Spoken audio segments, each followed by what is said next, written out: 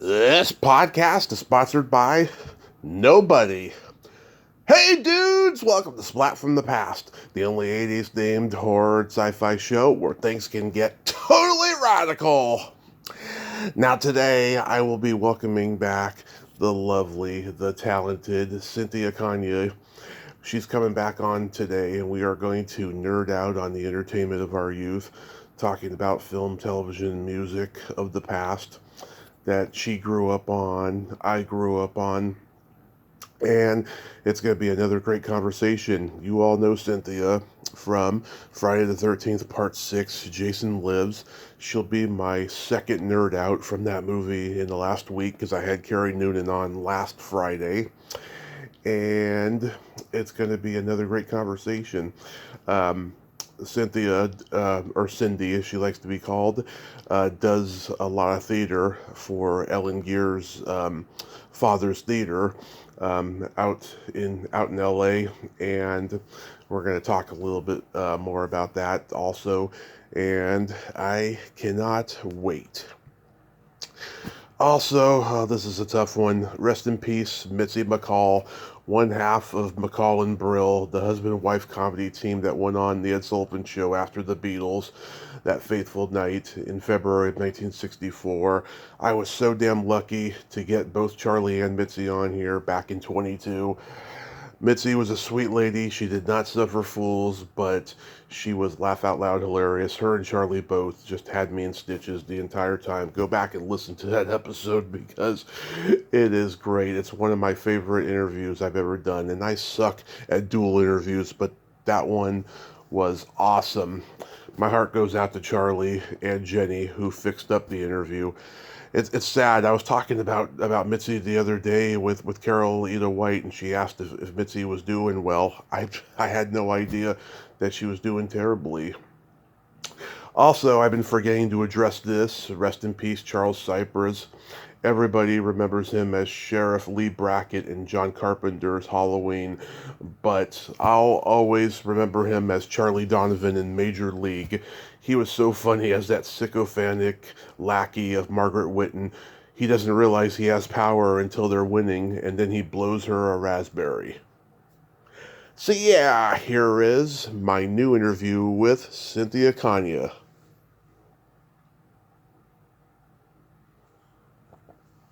Hey Cindy, welcome back. How are you today? I'm good. I'm good. Yes. Very hot here in LA. Oh, it's very hot over here in Modesto, so I totally get it. Yeah. Oh, yeah, you guys, that's Central Valley, right? Yeah. Yeah, that's hot. You guys get hot, too. Yeah. So, going back in time, do you remember the first movie that impacted you as a child? The very first movie.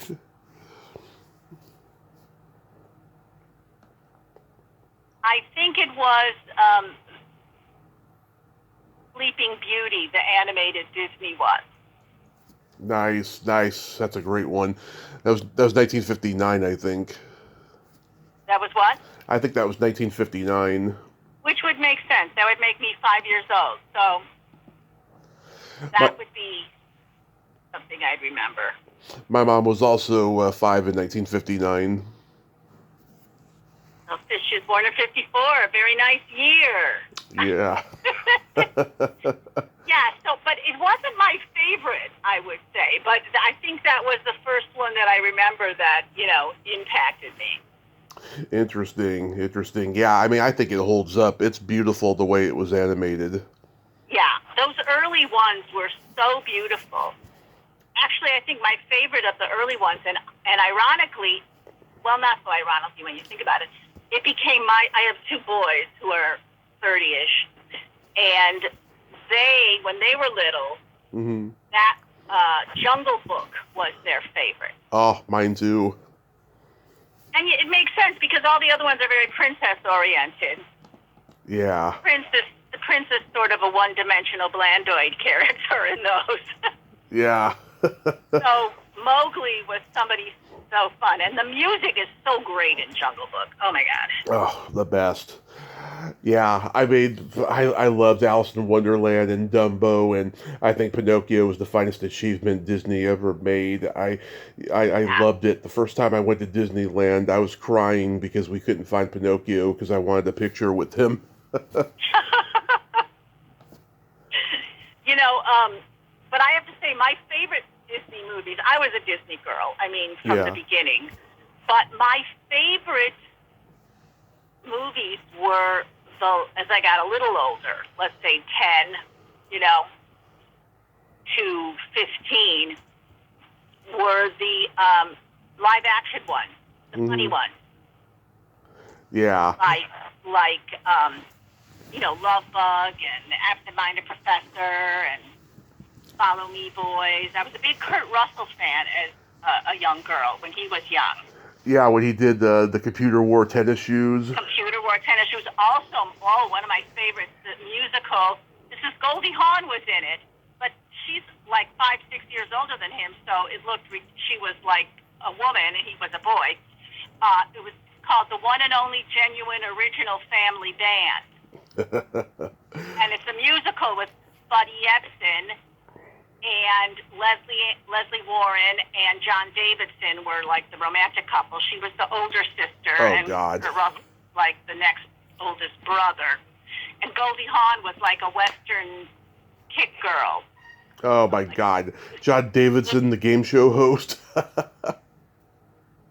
yeah, Oh my beautiful God. singer. He was a beautiful singer. Yeah. Anyway, so those kind of movies, I love those. Yeah, Back to the Future for me was the one that impacted me first. I always had that fantasy of going back in time and seeing my parents in high school and finding out why they're so fucked up and I'm so fucked up. You know? Might have to go farther back than high school. I don't know. Yeah. I mean, that just did it for me. My parents used to let me look at their yearbooks and all of that stuff. So it's always resonated with me on that level. I think that's why most people love that movie because they have Yeah, that fantasy as well. right, right. Yeah, I love my kids. I like that movie too a lot, of course. Yeah, I like the sequels, but yet there's a part of me that wishes they had never been made. Right. I know my husband, Vinny, you know, my husband, Vinny goes to Faro. Yeah. He was, I'm trying to remember what project it was. I don't know if he did a sitcom with him or something with, I can't think of his name, but the actor who played Biff. Oh, Tom Wilson. Yes. And he was the nicest guy, and he gave signed photos for my sons, because he's, you know, then he was like, oh my God, my sons will go crazy, you know. Yeah. I've heard nothing but good things about Tom Wilson being a great guy. Yeah, What that was fun. what genre did you gravitate toward the most? When I was a kid, Mm-hmm. musicals, I would say for sure. I was definitely into musicals. I was a dancer in those days, Mm-hmm. and an actress too. But mostly, I didn't grow up in LA. I grew up in outside of Chicago, so there wasn't like showbiz happening. Yeah. It was just like you were in either school play or the church play or whatever, Mm-hmm. And but I was a big dancer. I went to dance school since I was 3 years old. And, I take that back.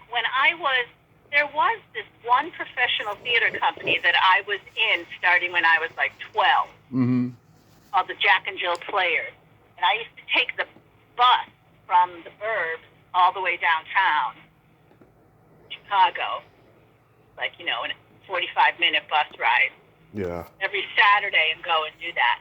But anyway, so musicals were my utter favorite. That's my Family Band. And another big Disney one with Leslie and John Davidson was called The Happiest Millionaire. Oh yeah. Fabulous, with Fred McMurray, who went Yep. on to do My Three Sons. Yeah. Fred McMurray, and he was in, my favorite movie, of course this is later, but The Apartment. Oh yeah. How about Double Indemnity? Yeah. Oh, I love that movie too. But Yeah. anyway, so Happiest Millionaire, that was a beautiful musical movie. Paul Peterson was in it, and Eddie Hodges, who were big Disney people. I Oh, met, and the thing is, I kind of thought I was Haley Mills. yeah.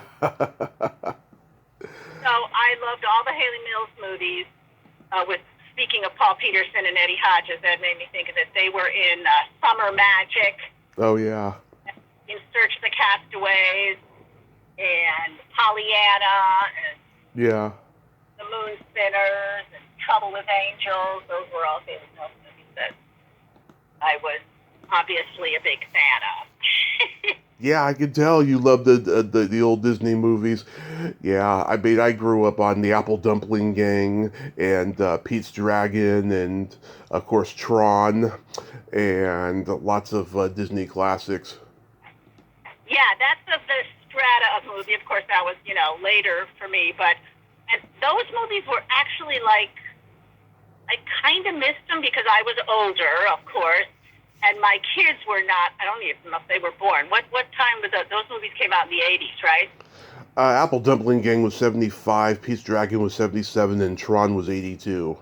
Right. So I was already like in college, and I didn't have my kids yet, obviously. So Yeah. I But, kind of. I mean, I knew they existed, but I kind of missed them. mhm. Except for this was, I think, an 80s one.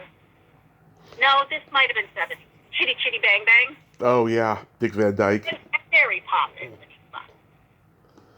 Yeah, it was Dick Van Dyke. Benny Hill is in it. I think that's when people first became aware of Benny Hill, actually.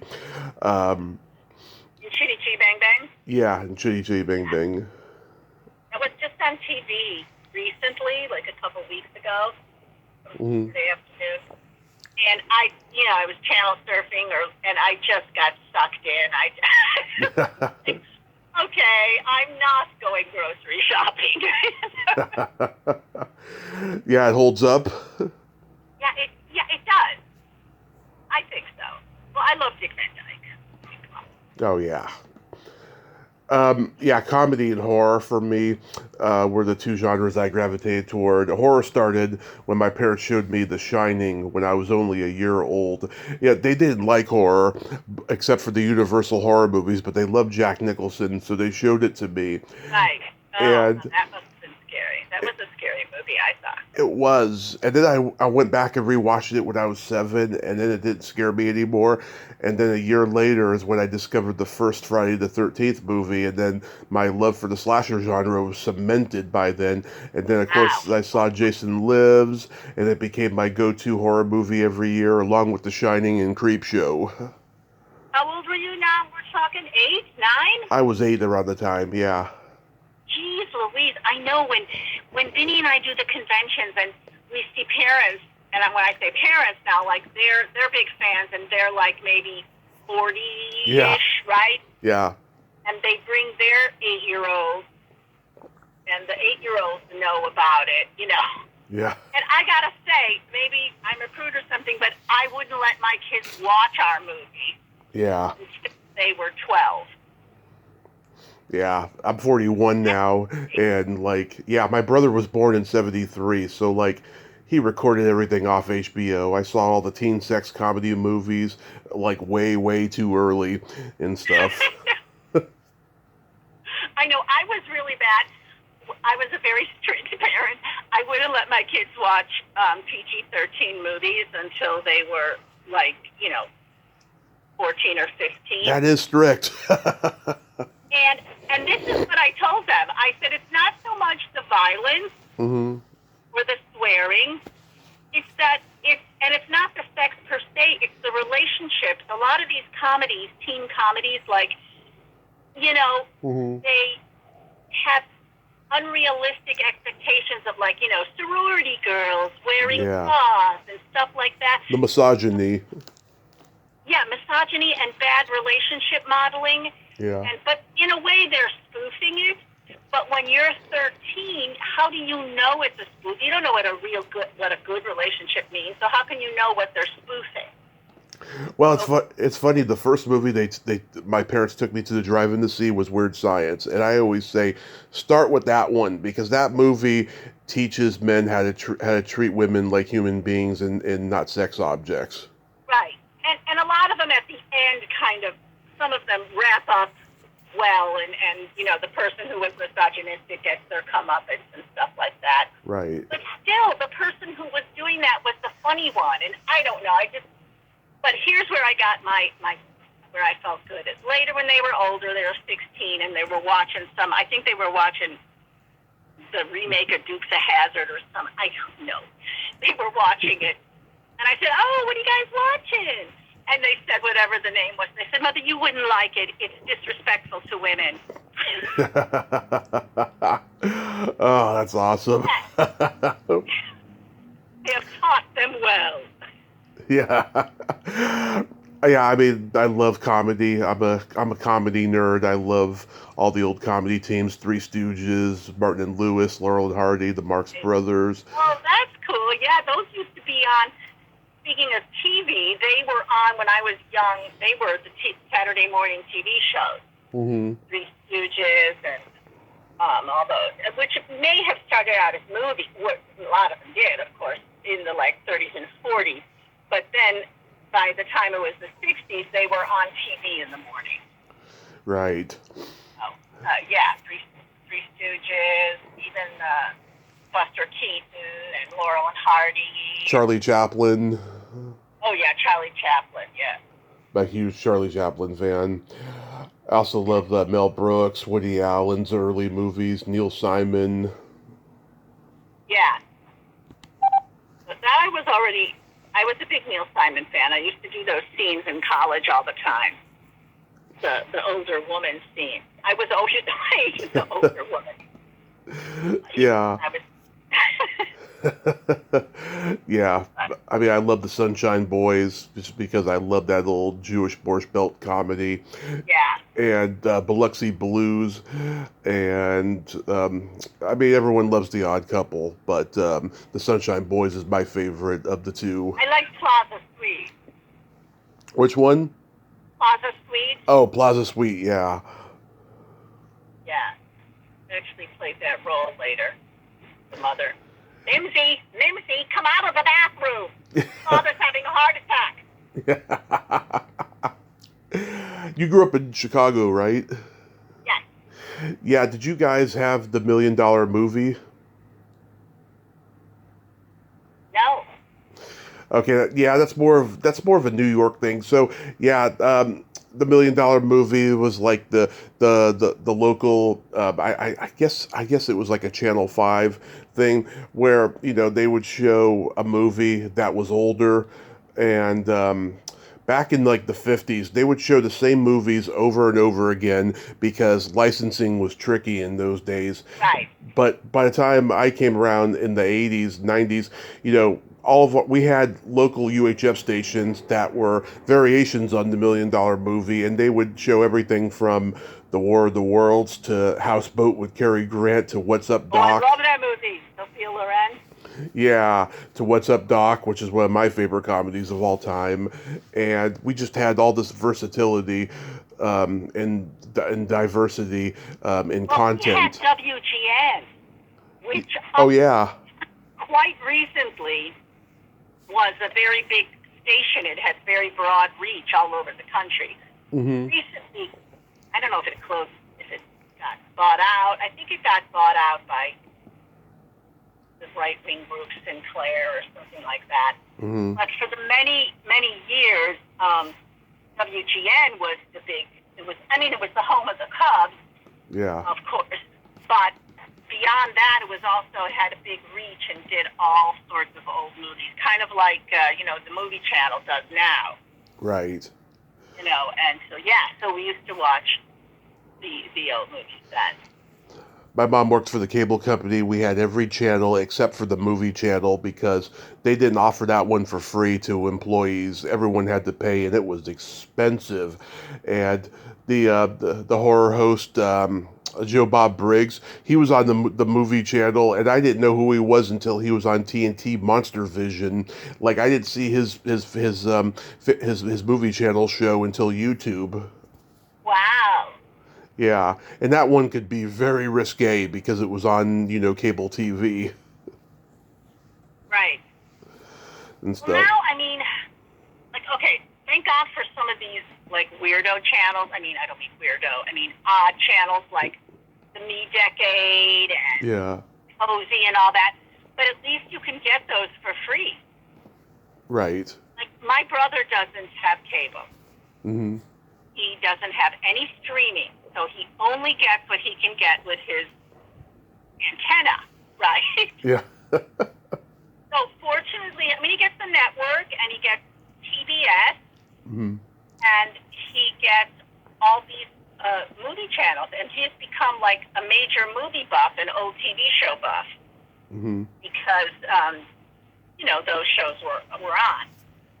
We also, I mean, Gilligan's Island was 60s, 70s show. Right. I loved Gilligan's Island and Dobie Gillis and Dobie the Gillis. original Hawaii Five-O. Loved it. Fantastic. Sunday night was a big TV night for our family because you'd have The Wonderful World of Disney. That was the time when they would premiere some of their movies, or they would show like their old ones. Or just have a special. The Wonderful World of Disney, Bonanza, Hmm. and we had to watch for my grandparents, but we kind of liked it too. The Lawrence Welk show, Oh yes. variety show, and Lawrence was Polish, and my grandparents were Polish and Slovak, so they loved Lawrence Welk. Do you remember? Wonderful, wonderful. The guy who played the accordion, with polka in the living room to Lawrence Welk. It was fun. Do you remember your first drive-in experience? Well, I don't remember it specifically, but generally I remember we used to go with my family. My dad was a salesman, so he had a company car, and it was a station wagon. And we'd back in, and open the back, and we'd be in our pajamas. Hmm. And, my dad would buy popcorn and stuff, and we'd sit in the back. And I'm sure they were, like, probably Disney comedies or something like that we went to. Yeah, I have a friend. She was 5 in 1956, and the first drive-in movie her parents took her to was the re-release of Song of the South. Oh, wow. Yeah, and she remembered being just so enchanted by the animation and everything. She didn't realize, the problematic nature of the movie until much No. later, though. No, nobody did, really. I mean, unfortunately. Yeah. It took a while to realize. That was with a lot of movies. Breakfast at Tiffany's is sort of, which is my favorite movie. Mickey Rooney, yeah. Mickey Rooney, that was bad even then. Yeah. I mean, people even said then, I mean, come on. It wasn't like, not thought. I mean, I don't know what they were thinking, but Mickey Rooney was so popular, I guess. I do know that he was in the army with Blake Edwards, so like I think Blake Edwards was just trying to find a part for him in the movie, and that was like probably the closest to it. Right, that was the comedic part. Mm-hmm.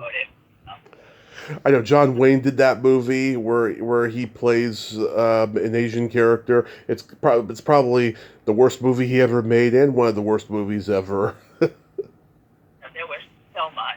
Can't even, Yeah. There were a lot of good things about some of those movies, but, Yeah. It was crazy. It's not going to be. And that's what I'm so sad about Breakfast at Tiffany's, because a lot of, when I mention it to young people, they're like, no, I'm not watching that movie. And I'm like, we can still watch it because there's so many other good things about it, and know that aspect is really bad. I know. I mean, God. They can't, so that's okay. Yeah. I mean, it can't. I really think they should redo a all the redos people are doing, they should redo Breakfast at Tiffany's because it's such a wonderful movie, wonderful story. Yeah. And redo it from a modern, a better perspective on things. Absolutely. So getting into television, like, what were the sitcoms you watched growing up? Oh, I just saw some of it. Speaking of these old channels, Gidget. Gidget, I love Gidget. I love Gidget. I love My Three Sons. We watched My Three Sons so much. Fred McMurray. And later, my husband was in a play with both Chip and Stanley Livingston, who played... No, Chip was his character name. Oh, God, I'm getting it mixed up. The Livingston brothers. One played Little Ernie. And Stanley and Barry. Yeah, I've had Stanley on. Yes, and Vinny did a couple sitcoms or movies with them. And they actually lived near us, kind of. But anyway, So we watched My Three Sons, and I liked Gidget. Nobody in the family liked Gidget but me. But anyway, I love all the variations on Gidget. My favorite was the 80s. Karen Richmond is a friend of mine. She's been on the podcast many times. But I loved Sally Field's version as well. And that was the one I know. And I know all the movies. Yes. Original with Sandra Dee. And Cliff Robertson. Wyatt with Deborah Wally. And Gidget goes to Rome with this girl named Cindy something. I'll never forget because her name was Cindy. Karen Valentine was Gidget in a I think it was like a pilot for another series, but it didn't sell. I don't remember that. Karen Valentine. Just before Room 222. Oh. Yeah. Yes. I love Room 22. I watched that show too. Oh yeah, that was great. But I remember one particular Gidget where at the end of the episode she talks to the camera and says, "I like to shake them up just a little," and then she lays back and starts wiggling her toes. That's a classic. Oh, speaking of Sally Field, The Flying Nun. Oh, The Flying Nun. Yeah, that was odd, but people remember her from it. Yeah. I heard her say, after she did both of those series, she wanted to learn how to be a better actress. So then she, I think she went to the actor studio in New York and she studied with Strasberg or Stella Adler, one of the two, and like Jack Nicholson was in her class and stuff. Right, and when she came back, I think the first big thing she did was Sybil, which was, very shocked, but yeah, that house her claim to being a real actress. Yeah, because the other one, she was just a kid. It was, that was sad. It was a remake of a movie that Joanne Woodward did in the 50s called The Three Faces of Eve, and she was so good in that. And she was good as the doctor in Sybil as well. Yeah, she was great. Yeah, I watched all the sitcoms of my parents' generation, like I Dream of Jeannie and Gilligan's Island. Oh, I Dream of Jeannie. How could I forget that? I loved I Dream of Jeannie. Yeah, that whole belly... I love Lucy and... That whole belly button controversy of Jeannie, about 2 years later, they broke the no belly button rule on TV on Star Trek with Barbara Luna and Nichelle Nichols. Oh my gosh! See, I was not into it all science fiction, so I didn't watch any Star Trek.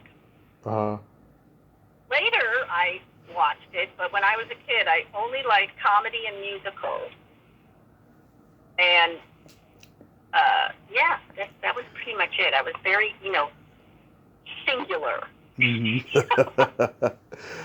It's crazy how sitcoms changed every decade in the 50s, right? You had the wholesome, squeaky clean, white families on TV.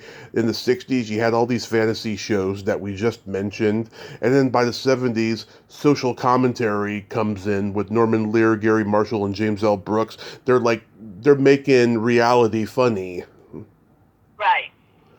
And then since the 80s, we've had a mixture of every of all those sitcoms. Like, it's never been just one, thing for the decade. I'm one of the few people left in, I am the market for network TV. Because I'm one of the few people that I know of that watches network sitcoms. I know. How is it these days? Because I certainly don't watch it anymore. Yeah, I love them. Okay, I'm going to tell you, Ghost, which is based on a British sitcom, but the American version is really good. Uh-huh. Ghost is great. Ghost. Not Dead Yet with Gina Rodriguez. She plays someone who writes obituaries, and the Yeah. person she's writing the obituary on comes to visit her, and doesn't go away until she's finished with the obituary. Well, of course, it just went off the air. But that wasn't a 3-camera, the family one. The one with Ed O'Neill. I used to be a big Married with Children fan, too. Oh, yeah. I still love most sitcoms. I'm trying to think of what else I watch. Ghost, not Dead Yet. It seems like most sitcoms are like, are just single camera now and there's no audience. Well, not always. Well, Ghost is, yeah. A lot of them are. I used to, as an actor, that's mostly what I did with sitcoms, because comedy is my thing. I mean, honestly, like, you know me from Friday the 13th, but I was a comedian. Comedy is my main thing, and I did mostly sitcoms as an actress. And I loved doing them, because it was like theater, really. Right. You came and you rehearsed, and then you had 2 shows. You did a taping early in the afternoon, and then a second taping in the evening, and you made some tweaks in between. So the afternoon one was like your dress rehearsal. And anyway, it was so fun because you had the live audience. I mean, they often sweetened it and stuff with laughter, because I guess a laughing machine. Yeah. But they were the most fun to do. I did so many, and a lot of them, like, nobody knows anymore. They weren't on. Well, I did Silver Spoon. Silver Spoons, yeah, that was the one that came to mind. I remember we talked about that last time. Oh, yeah, we did? Okay. Yeah. The joys of growing old. You know, like, you don't remember everything. So Yeah. Oh. Really? Okay. Getting older is a privilege. Thank you. It really is, because Through the option, you know. I don't think anybody goes through life thinking they're going to live long. I think everybody thinks I'm going to be gone at a certain time, and then the higher power surprises you. I know. No, I hope I live long. I hope I live till 90. I have a feeling I will. I think you will. You will. Be around to annoy my children.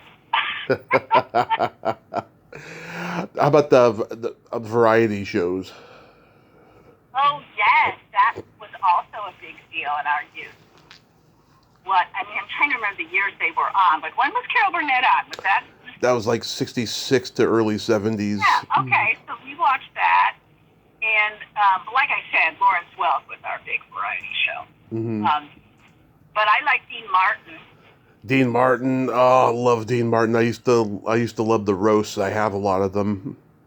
And I liked the Sonny and Cher. Their variety show was fun. Yeah, their show was great.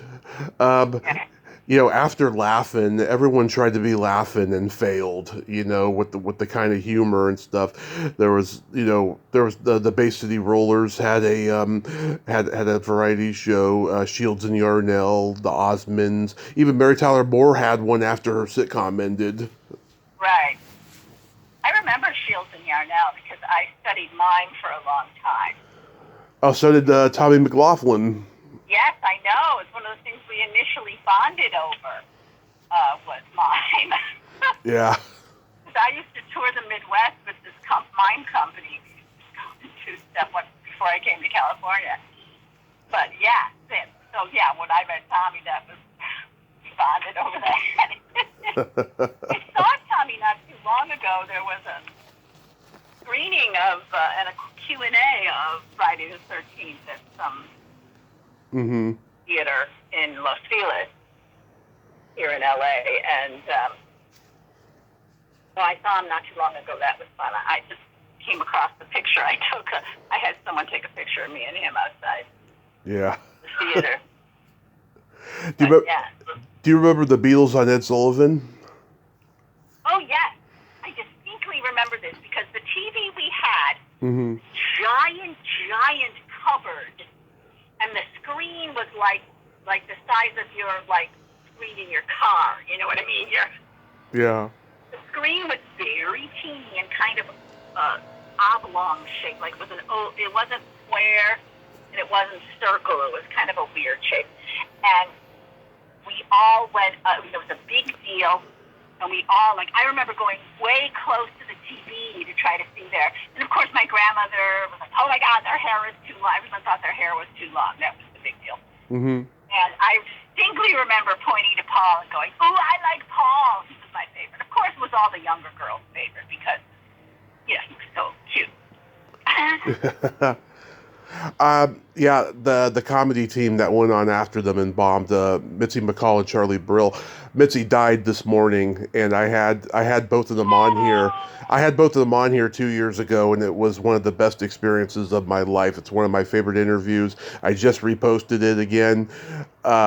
They told me this funny story. So before the show, they were at the Coca-Cola machine, and John Lennon obviously saw them.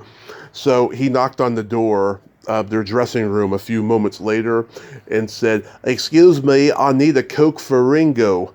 And they didn't know who Ringo was. So Mitzi was like, "A Coke for Ringo? What's that, a Jewish holiday we don't know about?" I love that story. It cracked me up. That's funny. Yeah, I'm sure, they're like a footnote, but they have got their footnote in history because they were after the Beatles. Yeah, they got a great sense of humor about it because for 5 years leading up to that, I mean, they were performing with the who's who in comedy, and their career was great. But that night killed their career, and then they had to become character actors for the rest of their career.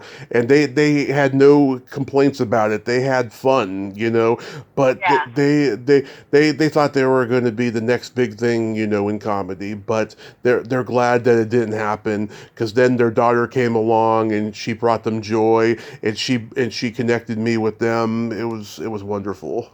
Nice. Yeah. Nice. Did you watch like Captain Kangaroo or Howdy Doody growing up? I don't remember Howdy Doody. That might have been a little teeny bit before me, or else WGN didn't carry it. Mm-hmm. But I do remember Captain Kangaroo. Yeah. Watch that with Mr. Green Jeans. It's funny. That was early 60s. Yeah, he was on for 30 years, but by the time I came around, I never saw him. I only heard about him. And then, there's always the internet of how I found out more about him. But yeah, I mean, Mr. Green Jeans, he committed suicide. He jumped off a boat or something like that. Like he couldn't handle being known as Mr. Green Jeans or something like that. Aww. It's sad. And but I don't think Captain Kangaroo was totally national. Like, it was one of those shows that like WGN or whatever yeah, it wasn't nationally syndicated. Yeah, but it wasn't like a network show. You had to, your channel had to pick it up. So we watched the Chicago shows, which were like Garfield Goose and Bozo the Clown. Bozo the Clown. Yeah, there was Vance Colvig, and then his son Vance Jr. Vance Jr. had a character actor career after that. He always played like a homeless guy with no teeth in the 80s movies. Well, our Bozo was Bob Bell or something like that. I mean, I think there were many different guys. Oh yeah, there was Joey Diora, who was a stand-up comedian. He got to be on the Tonight Show with Johnny Carson and stuff. Yeah, there were several of them, but there was Vance Colvig and Vance Colvig Jr., who also was Bozo. Yeah, we bought tickets to go see the Bozo show, and we ordered them, and the tickets were my two brothers and my three cousins. Mm-hmm. And so we bought, and then my mom and my aunt. So we bought 8 tickets, and they were for 5 years from the purchase date. Mm-hmm. So by the time we went, I was like 15. Yeah. And, my aunt was like, well, you don't have to go. We can take one of their friends. And I'm like, no, I want to go. by this time I was, wanted to be an actress. Yeah. So I thought, yes, it's a cultural phenomenon. I have to go. Did you keep the ticket stubs? No, Oh, those would have been collector's items by now. I know. We probably did keep them for a while, and then I've kept a couple of concert tickets that I've had over the years. Do you remember Uncle Floyd? What? Uncle Floyd? From Andy of Mayberry? No. Uncle Floyd was a children's host. No, I don't know him. Oh, speaking of sitcoms, I loved Andy of Mayberry. Yep. Barney Fife. I thought you meant Floyd the Barber. No. No, Uncle Floyd was a kid's host, and he was around for a long time. Still is, kinda, and he does ChillerCon every year. Oh yeah, no, he wasn't. I mean, either my syndication didn't have him, or he was not. He was after my time. Yeah. He had the same syndication company that Howard Stern later did with his Channel 9 show, strangely enough. I used to watch the old crime shows with my dad, like Dragnet and Mannix and Cannon and Barnaby Jones and Ironside. My brother loved those, and I liked those too. Like, my brother's big favorite was, like I said before, Hawaii Five-O, the original with Jack Palance. Oh my God. No, Jack Lord. Jack Lord, yeah, Jack Lord. That would be funny if Jack Palance had done Hawaii Five-O. He could have done it too. He could have done it. He would have said, "Book 'em, Dano." Danny MacArthur was Dano. My dad's also a big Western guy. We watched Gunsmoke and Bonanza. My dad used to call me Little Hoss Cartwright when I was a kid because I was a little fat kid, And he loves the High Chaparral and Have Gun Will Travel and Wagon Train and Maverick. Right, yes, I remember all those. Yeah, the Virginian. I got to interview James Drury 2 weeks before he passed. Oh. I remember he and I had a little argument because he did one of Sam Peckinpah's first movies, and we had an argument over if that was his first or his second. I was pretty sure it was the first, but as it turned out later when I looked, it was his second, and I regret that little argument. But other than that, it was a good interview. Yeah, well, gotta trust the old guys, Tommy. Yeah. Remember the old live theater shows like Playhouse 90 and General Electric Theater? Yeah, I watched them later. Mm-hmm. I don't remember them that much. What years were they? Oh, that was like 1949 to like 1959. Yeah, well, I wasn't born yet. So, but thank God. Okay. I'm that old. Okay, I'm old, but, I didn't watch them till later, when I was a young actress. Yeah. They, of course, were important to see. Those shows were literally performed for television, and then after they were done, PBS started showing live theater performances, but those weren't made for television yet. They asked if they could film it and put it on their station, and that's what they've been doing for 50 years now. Yeah, I know. I know, like Jack Palance, he did Requiem for a Heavyweight, and he got an Emmy for it. Oh, that's right. Yeah, and Anthony Quinn did the movie with Jackie Gleason and Mickey Rooney. Yeah. Well, it was a play. It was a great play. By Rod Serling, of all people. Yeah.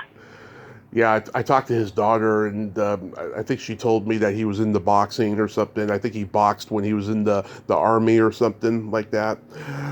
Yeah, it was pretty interesting. No, we watched the original Twilight Zone, too. Twilight Zone.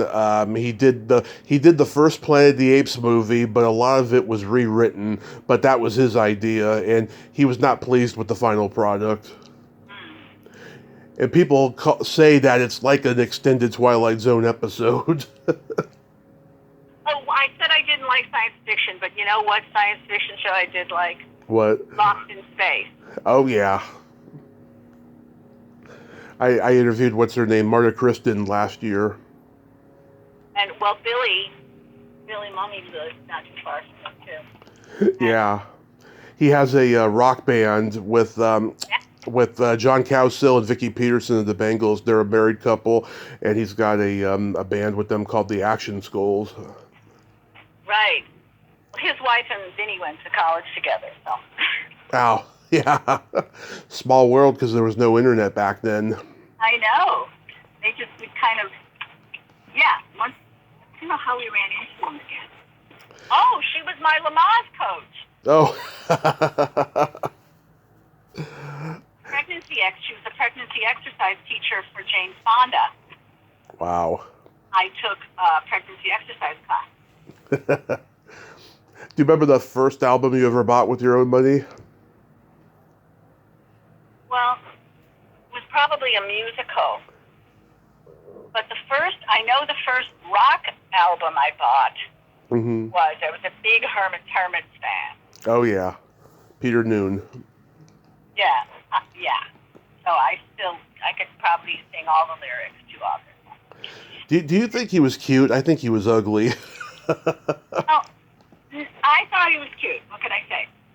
Because I remember seeing footage of him of them on some show performing "I'm Into Something Good," which is one of my favorite songs of all time, and just he had like really crooked teeth on the side, and I was like, that was cute to a lot of girls. Yeah, I don't know. I mean, if you look at it in retrospect, yeah. I mean, Paul was much cuter. I mean, Paul was actually cute. Who, Paul McCartney? Yeah. Of course. Come on.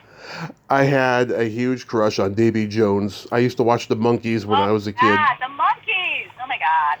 Was that the 70s? Was that later? 66 to 68. Oh God, it's all blurred. I saw them at Candlestick Park in 1997. It was just the three of them, and they performed before a Giants game, and then they drove off the field in a Cadillac. Cool. Yeah, with the top down and everything. It was really cool. Yeah, I mean, I was an MTV kid. Like, I had Phil Collins' No Jacket Required and Poison's Look What the Cat Dragged In. And my parents, are huge music lovers. They had a big box of vinyl records. They had everything from the Beatles to the Stones to Johnny Cash live at Folsom Prison, Fleetwood Mac's Rumors, Foreigner albums, Rod Stewart. So great. Both my parents are huge Rod Stewart fans. Oh yeah. Well, that music collection was great for you. You probably really Yeah. thought you did a lot. Yeah, I loved Rod Stewart. I was in high school when Maggie May came out. What was the name of the album? It had Maggie May on. Every Picture Tells a Story. Yeah, and Reason to Believe.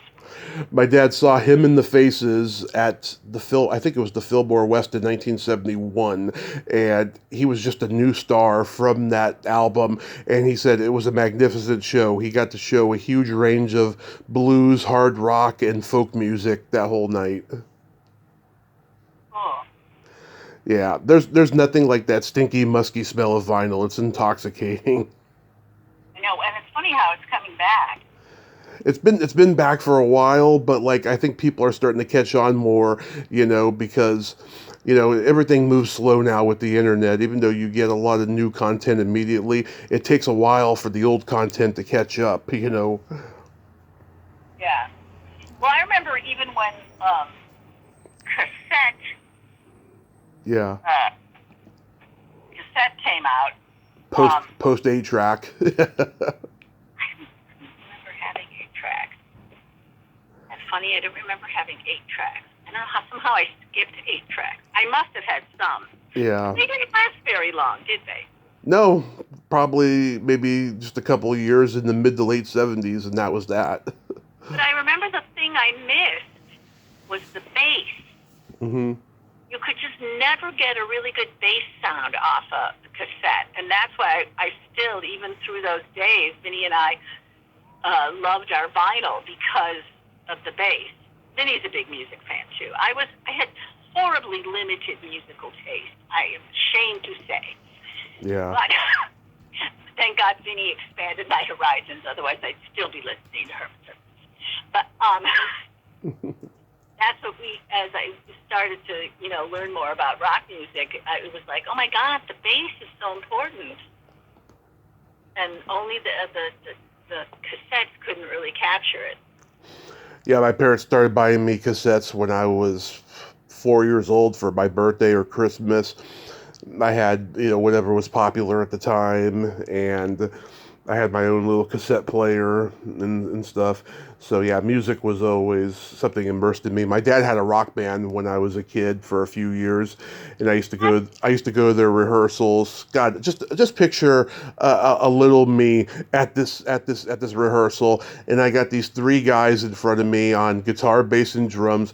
They're playing the most misogynistic, testosterone fueled hard rock in the world.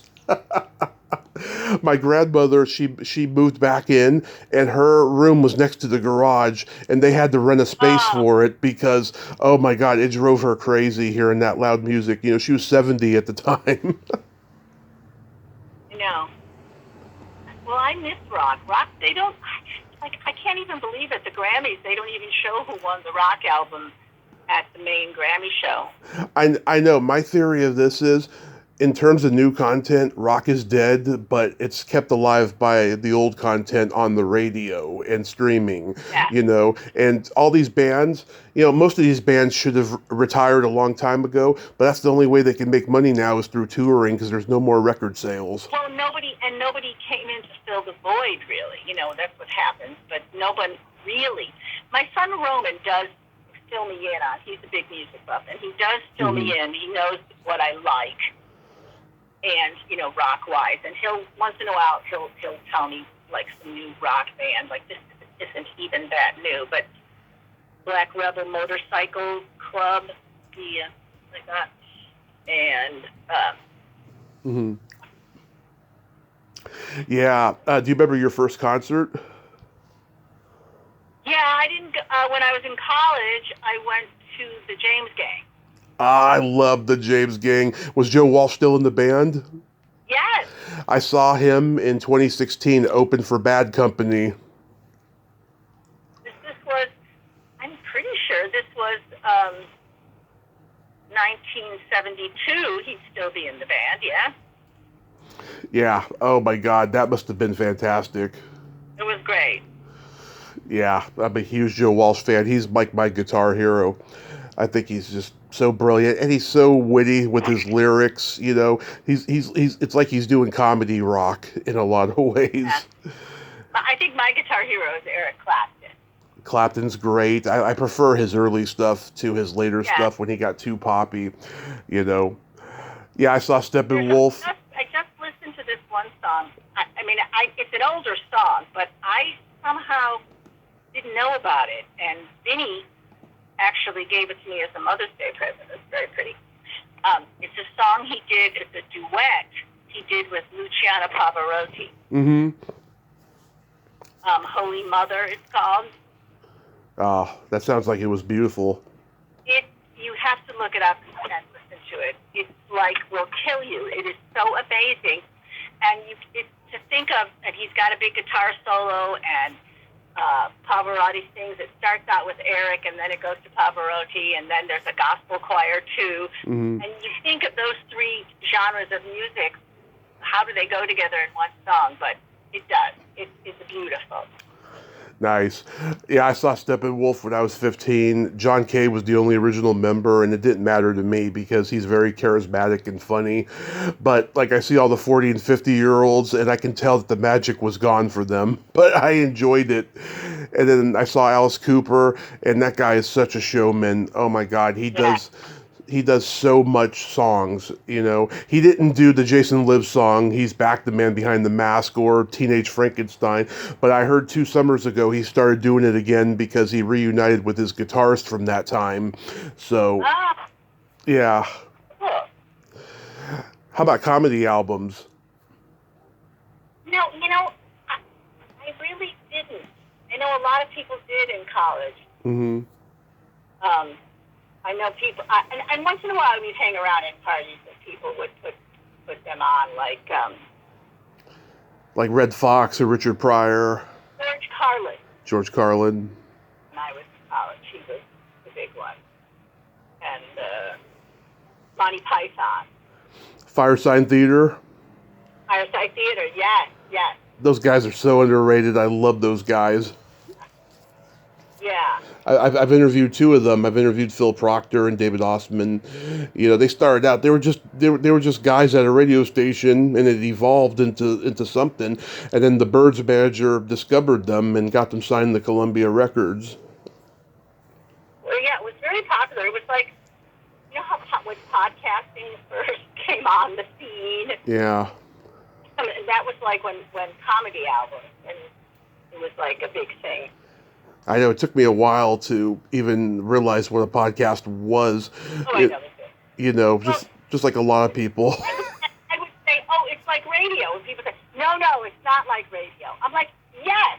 How is it not like radio, except without commercials? And then people started having commercials. You know? Yeah, they started having advertisers. Yeah. So I'm like, well, it is radio. Yeah, exactly. Exactly. Do you remember your first makeout song? No, because, I don't know. But I do remember with Ginny and I, this is when we first got together, our favorite song, our romance song with Bill Withers. Oh, Lean On Me? Mm-hmm. Or was it Ain't No Sunshine? No? Okay, wait. I'm going to lose my mind. I can't think of the song. Yeah, it was probably that Ain't No Sunshine, but there was another song that was even more our song that played on the album. I can't remember. Mine was Janet Jackson's Love Will Never Do Without You. It's a nice little sexual, sly song. It's very sensual and steamy. I love that song. I loved it even before that happened, when it first came out and stuff, because I had the album Rhythm Nation. I don't even know if I would know a Janet Jackson. Yeah. It just like, there's certain time periods, but like when my kids were little, mm-hmm. and when I barely remember listening to music. I mean, there's certain time periods in my life, like when I was in grad school, I was just too busy with theater. There's certain time periods in my life where I don't even remember listening. Terrible. Yeah. Not just me, because I know people like even Vinny, no matter what's going on in their life, music was really important, It's generational too, Yeah. Did you hear my interview with Ellen Geer? No, I Because I tagged you in it because we talked about you. Oh yes, and then maybe I did listen to part of it. Did you ask? It was after you interviewed me, right? Oh, long after. Yeah, it was a year ago, because last time you and I talked was 3 years ago. Right. No, Yeah. I think I did. I'm having such a spasm. I don't remember. Yeah. What? Oh God, she's a gem. What a fascinating journey she's had. Oh, we just had a big gala, mm-hmm. and it was just a tribute, because we built a little museum to Woody Guthrie on our property, to Will, her father, and Woody. Mm-hmm. The work they did as union organizers and how they were blacklisted and everything. Yeah. And so we had a big gala to celebrate the opening of it, and Woody Guthrie's grandson was there, and he came and sang "This Land Is Your Land" for us, and it was great. And Ellen still, she learned to play the banjo from Pete Seeger and Woody Guthrie, and she still is a magnificent banjo player. Yeah, she's just a gem, and I just enjoyed that. I had waited so long to do it, and it was worth the wait. Yeah. She was just so wonderful. And we talked about this movie she did in the 70s that she wrote called The Memory of Us. And I saw that movie on YouTube, and I was just laughing at a lot of the stuff. And it also moved me as well and stuff, because I've been a part of what the subject is about, of being in an open marriage and stuff, and so like I totally got it, and Yeah. it was a fun conversation. I have to go back now. Can I find it? Oh yes, I'll send it to you. Please do. Do you have any upcoming plays at her theater? Yes, I'm in a play there right now. Mm-hmm. It's called Tartuffe Born Again. So it's based on the Moliere classic. I don't know if you've ever heard of Moliere. Oh, I have. He was after Shakespeare and a great comedy playwright, but satirist, And Yeah. his stuff was banned by the French government and the church. Have you ever seen The Breakfast Club? Yes. Judd Nelson calls him Mole. That's how I first became aware of him, was from that. And yeah, so like he's always Mole to me. Well, this is an updated version of that play, and it's amazing how it still holds up. Hypocrisy and people, glomming onto someone who most people can see they're a hypocrite, but the family can't. And anyway, it takes place. The setting is a televangelist studio in the South, in Baton Rouge.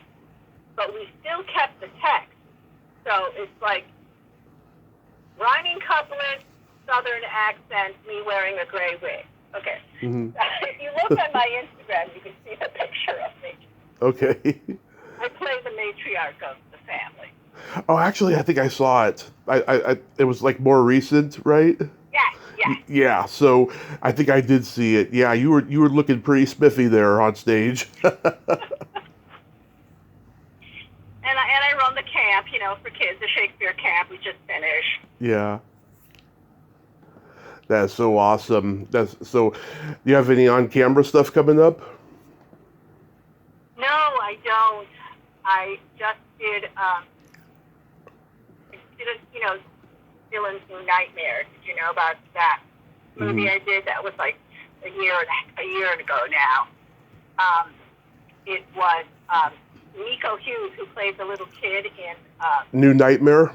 New Nightmare. Yep. He's now like, 30-ish or whatever he is now. Yeah. And so it was called Dylan's New Nightmare. And he's ostensibly, now he's grown up and his mother's in an institution and he wants to be an actor.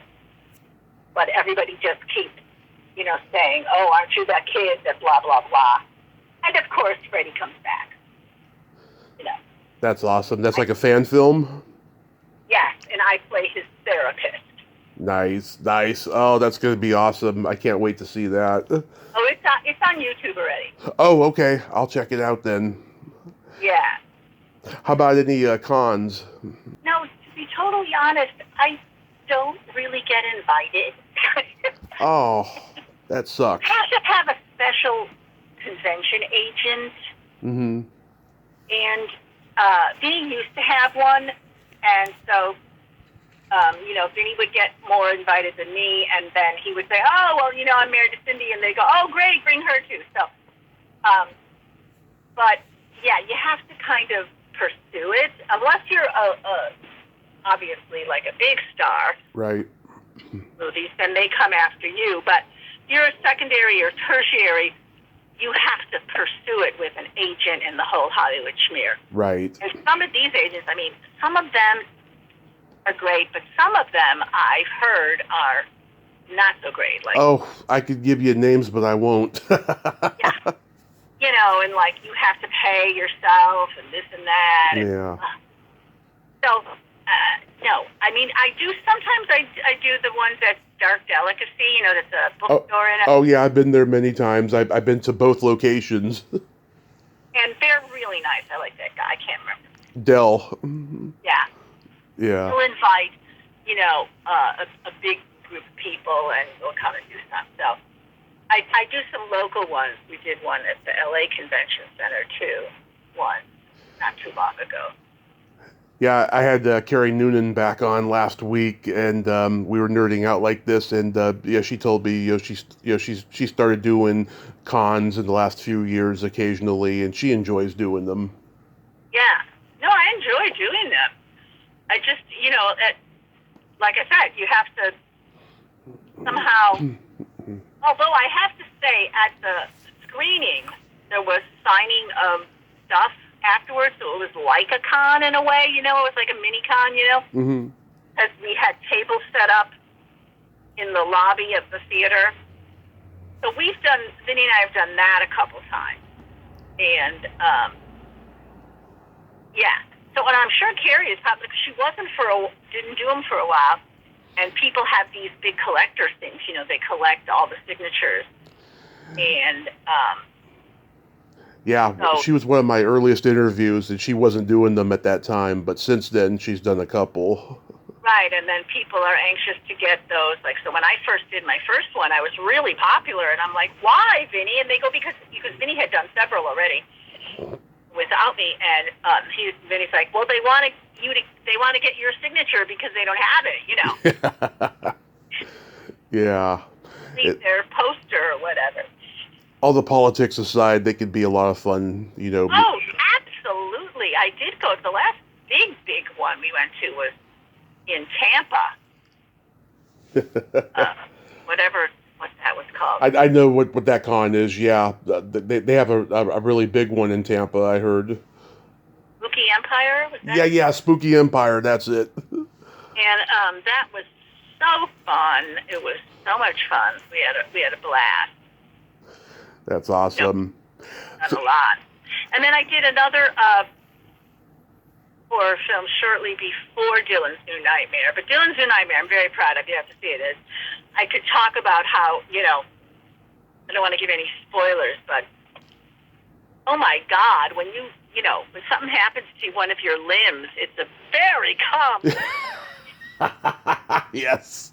You can imagine Freddie, my arm. Think about it. Okay. And it was a very complex setup. Oh my God. Real quick, we gotta play my secret silly game. This is a series of silly slumber party questions, Cindy. It's no win or lose, it's just pure fun. And how the game works is I ask you the question, you answer it, then you ask me that exact same question and I answer it. And feel free to comment on the answers because they might be funny. Okay. Cindy, are you ticklish? Yes. Are you ticklish? Yes, but if you tickle me without warning, I might hit you in the groin. All right, I'll beware. Is your belly button an innie or an outie? Innie. Nice. Your belly button an innie or an outie? It is also an innie. What color are your toenails painted? Dark pink. What color are your toenails painted? They are clear-coated. Okay. Yes. What would you say is your best personality trait?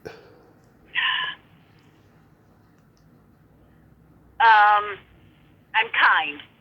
You are very kind. Yes. What is your best personality trait? Being that I'm a Gemini, I have empathy and I have no filter. If you could have anything named after you, what would it be? Theater. I hope there will be a theater named after you someday. If you could have anything named after you, what would it be? A vibrator. All righty. Well, that's possible. Yes. I think that could be possible. I'd call it the Tommy Chatsy. And then my favorite question, is there a stinky smell that just makes you gag? A smell that makes me gag.